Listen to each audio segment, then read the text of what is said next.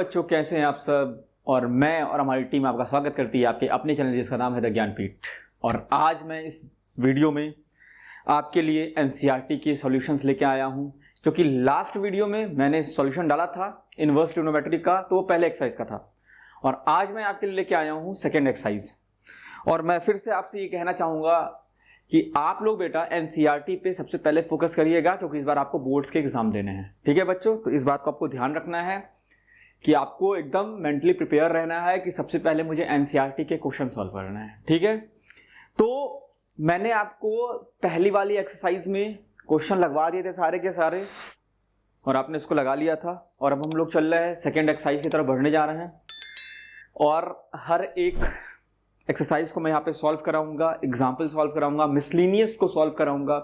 और रही बात मेरी नहीं, मेरे सब्जेक्ट की नहीं, मैथमेटिक्स की, इसके अलावा physics chemistry, physics Virat sir देखेंगे सारे एनसीईआरटी क्वेश्चन, केमिस्ट्री अंकित सर देखेंगे सारे एनसीईआरटी क्वेश्चंस।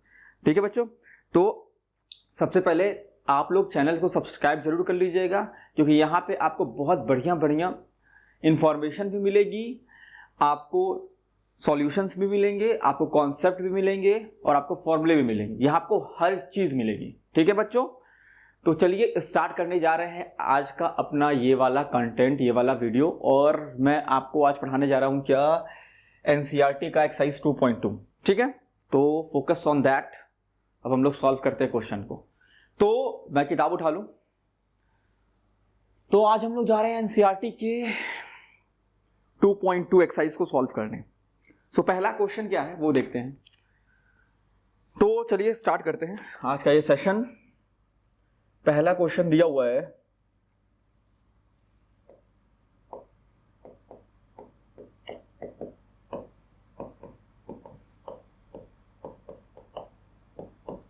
ये अल्लाह भाई, ये तो प्रूव करने को मांगता है अपने को, है ना। प्रूव मांगता है, प्रूव करना है। ठीक है, क्या प्रूव करना है? 3 sin inverse x is equals to sine inverse 3x minus 4x cube.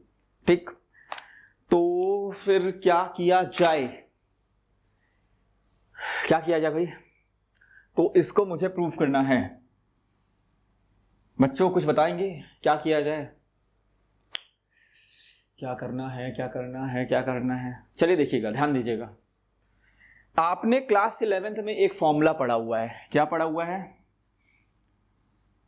पहले तो एक काम करते हैं, 11th वाले फॉर्मूले के छोड़ो, पहले हमें जो प्रूव करना है उसमें से हम क्या करते हैं, इस साइन इनवर्स x को मानते हैं थीटा। ये जो साइन इनवर्स x दिख रहा तुमको, ये वाला, इस पूरे को मैंने क्या मान लिया, थीटा मान लिया। ठीक है, और अब क्या होगा, ये जो साइन इनवर्स है वो उठ के इधर से इधर जाएगा, साइन इनवर्स सिर्फ। और बाबू जब ये जनाब उठ के इधर से इधर जाएंगे, ये तो इनवर्स है, जब इधर जाएंगे तो केवल साइन बनेंगे। ठीक है, मेरी बात को फिर सुनना। साइन इनवर्स उठ के इधर से इधर जाएगा, तो ये जनाब जब साइन इनवर्स इधर जाएंगे तो साइन बन जाएगा, और ये x यहीं यूं का यूं रह जाएगा, और ये थीटा यहां लग जाएगा। तो x इज इक्वल्स टू क्या हो जाएगा, x is equals to sine theta. ठीक है, कॉन्सेप्ट है, स्लोली आगे बढ़ते हैं। ठीक है, तो ये हो गया। अब मैं आता हूं क्लास 11th के फॉर्मूले पे। क्या कहता है क्लास 11th का फॉर्मूला? क्या कहता है भाई? ये कहता है sine 3 theta is equals to 3 sine theta minus 4 sine cube theta. शुरू करें, रखते हैं वैल्यूज।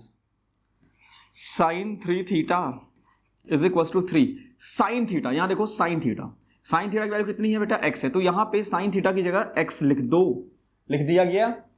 माइनस 4 साइन थीटा की वैल्यू x है, और यहां साइन क्यूब थीटा लिखा हुआ है, तो इसको लिख देंगे x क्यूब, लिख दिया। अब एक चीज सुनना बहुत ध्यान से, क्या कहता क्या है, इस साइन इनवर्स जनाब को उठा के इधर भेज दीजिए। ये साइन इनवर्स जनाब जो है उनको उधर भेजिएगा, तो भेजें। तो भैया जब साइन इनवर्स उधर जाता है तो साइन बनता है, और जब साइन इधर जाता है साइन इनवर्स बनता है। मतलब एक बात और बताऊं, जब साइन उठ के एक साइड से दूसरी साइड जाता है तो साइन इनवर्स बन जाता है, और जब साइन इनवर्स उठ के एक साइड से दूसरे साइड जाता है तो साइन बन जाता है। ठीक है, तो वो कॉन्सेप्ट मैं यहां पे अप्लाई करने जा रहा हूं। तो साइन को उधर भेज लो, और इधर केवल बचा 3 थीटा, और इधर वो गया तो बन गया sign inverse 3x minus 4x cube, ठीक है, ये तो ऐसे ही रहेगा ना, और ये साइन उठ के इधर से इधर गया तो साइन इनवर्स बन गया, बन गया। अब थीटा कितना है, थीटा बेटा साइन इनवर्स एक्स दिया हुआ है, तो थीटा को रिप्लेस करा लो साइन इनवर्स एक्स से, तो थीटा की जगह आप क्या लिख दो बेटा, साइन इनवर्स एक्स, तो साइन इनवर्स एक्स लिख दिया और इसको एज इट इज उतार ले। ये लो भाई, ये लो भाई, तैयार हो गया, प्रूव हो गया, फॉर्मूला, क्वेश्चन सॉल्व हो गया। तो ये देखो क्वेश्चन सॉल्व हुआ, तो तुम भी सॉल्व कर सकते हो, कोई बहुत बड़ी पहाड़ तोप नहीं है ये, आराम से सॉल्व कर सकते हो, ठीक है। तो बस तुम्हें क्या याद रखना है, तुम्हें 11th क्लास का फॉर्मूला याद रखना है, तुम्हें 11th क्लास का फॉर्मूला याद रहेगा तो तुम इस क्वेश्चन को आराम से सॉल्व कर सकते हो। देखो कैसे मैंने कितनी आसानी से इसको सॉल्व कर दिया है, ठीक है। तो मज़ा आ रहा है ना, ऐसे ही मज़ा आना चाहिए यार। मैथमेटिक्स में मज़ा नहीं आता है ना तो फिर तो सॉल्व करने का उसको मन ही नहीं करता है, सच बता रहे हैं। तो थोड़ा सा इंटरेस्ट लाओ अपने अंदर मैथमेटिक्स को लेके, ठीक है, थोड़ा सा जोश जुनून लेके आओ, ठीक है। तो ये हुआ क्वेश्चन आपका सॉल्व, तो आप इसको नोट डाउन कर लीजिए, फिर मैं एक और क्वेश्चन लेके आता हूं। आई होप आपने नोट डाउन कर लिया होगा, तो अब मैं जरा सा इसको इरेज कर रहा हूं, एक क्वेश्चन लिख रहा हूं। अगला क्वेश्चन लिखता हूं, देखो,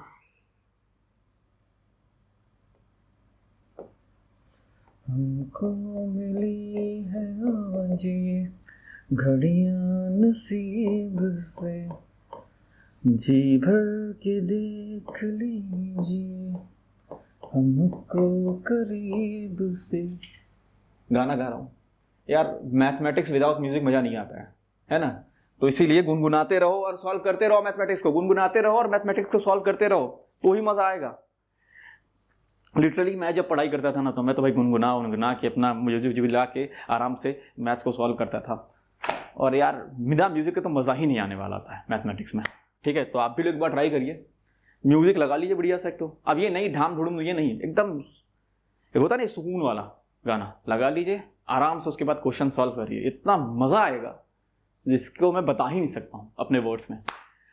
तो फिर इस क्वेश्चन को हम लोग सॉल्व करने जा रहे हैं। क्या करते हैं, इसको थीटा मान लेते हैं। अरे सॉरी यार, तो मैं तो लग रहा म्यूजिक में ही गायब हो गया क्या। नहीं नहीं नहीं, इसको थीटा मान लेते हैं, कॉस इनवर्स एक्स को थीटा मान लेते हैं, मान लिया।